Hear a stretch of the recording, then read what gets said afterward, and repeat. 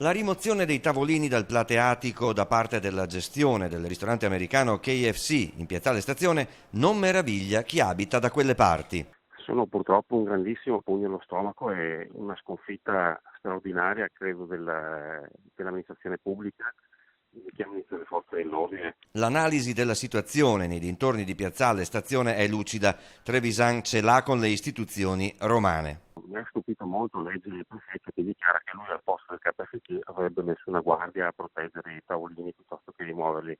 Peccato che non si sia accorto che la guardia è sempre stata lì in mezzo ai tavolini, non è stato granché efficace. Evidentemente la presenza delle divise è quello che manca.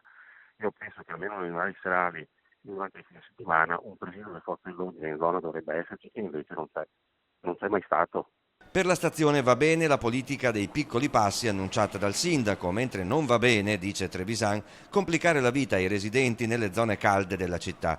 Il riferimento è ad alcune affermazioni del passato del questore che avrebbero, dice, screditato la vigilanza privata che i residenti di Piazza De Gasperi pagano per vivere finalmente tranquilli.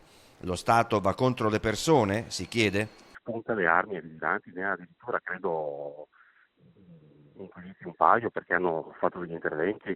È una cosa pazzesca, è una situazione allucinante. Sembra che le forze dell'ordine, non le forze dell'ordine, ma chi governa le forze dell'ordine sia contro le persone a favore dello Stato.